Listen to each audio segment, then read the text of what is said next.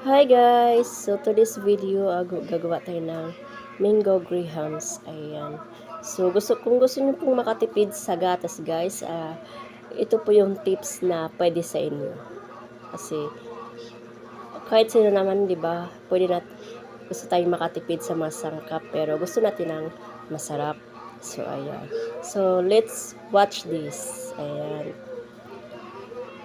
So, 2 can of iba pala to guys. Tapos, nilagyan ko siya ng cornstarch and then, tapos, isasalang natin siya and then, lulutuin na kasi natin yung cornstarch. Ayan. So, hahaluin lang po natin ng maigi para hindi po magdikit-dikit. So, ayan, nilalagyan ko pala siya ng all-purpose creamier. Ayan. Since wala tayong Nestle cream, so ito na lang po yung... So, wag na po palang iwanan siya sa paghalo para hindi po siya magbuo-buo. Ayan, in a bowl po, maglagay po tayo ng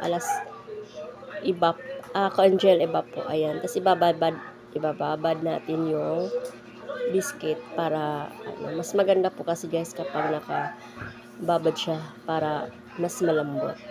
So, iset aside na natin ang ating biscuit. Ayan, so ito na po pala yung ginawa kong cream. Diba? So, para ka nang gumagamit ng, mas mahal kasi ngayon kapag mag-all-purpose cream ka pa. Tapos, ito, pwede na talaga siya.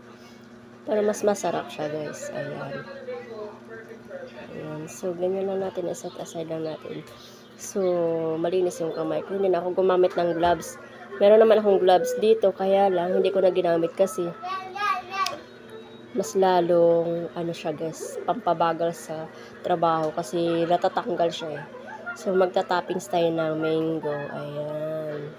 So ganun lang po siya ka simpleng gawin at hindi po siya magastos sa gatas. Ayan. So wais nanay po tayo kasi sa mahal po ng mga bilihin ngayon. Ayan.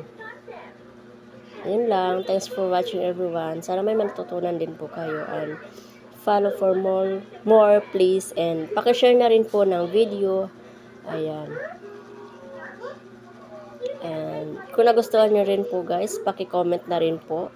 Ayan. Comment, like, and share. Bye!